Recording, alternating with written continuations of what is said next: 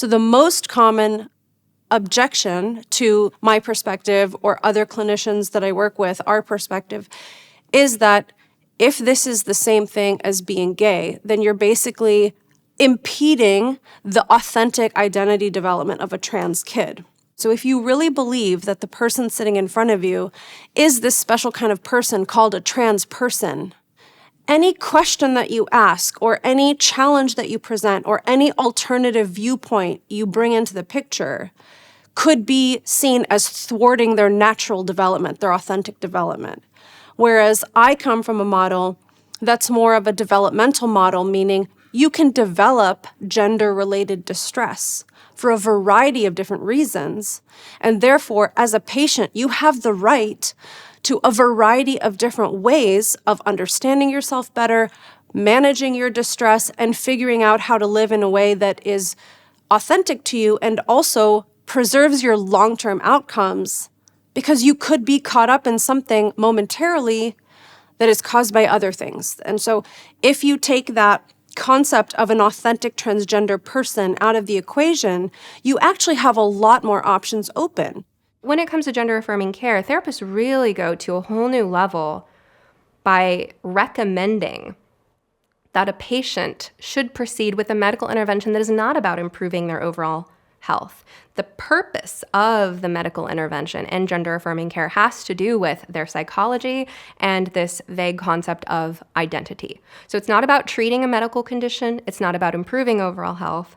It's actually about pursuing medical interventions that are known to be damaging to a person's health and medicalizing a body that potentially had nothing wrong with it and certainly didn't need that particular type of medical intervention. And therapists recommend these so-called treatments on mental health grounds. It is painful to live with gender dysphoria, and it really does need medical treatment. I describe gender-affirming surgery as using surgery to help someone physically actualize their internal sense of self. You know, I have an adolescent patient that hasn't been going to school for months and is completely socially isolated, and they come back to clinic 2 months after top surgery, and they're like this exuberant teenager in school, you know, planning the rest of their life, thriving. I live every day with the removal of my breasts from a top surgery, which I now regret. If I made this mistake as an adult, a young girl could too. So what we do know is that adolescents actually have the capacity to make a reasoned, logical decision. And here's the other thing about chest surgery. If you want breasts at a later point in your life, you can go and get them. This is the most careful and thoughtful type of medicine I have ever practiced. I think that what's horrifying is that there are a lot of people now raising a concern around whether this is the right treatment for children. I'm not saying it might not be the right decision for adults, but the people who raise concerns are deemed as bigots or transphobes.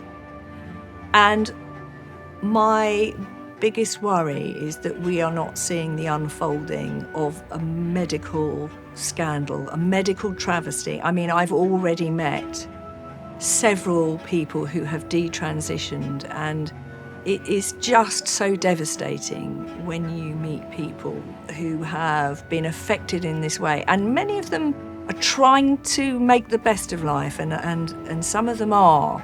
But you cannot deny that I think they were done a misservice. And I think what's unforgivable is that doctors are so busy getting their appraisal forms ticked, you know, their likes in their private practice, which I understand in America is a really important part of private medical care.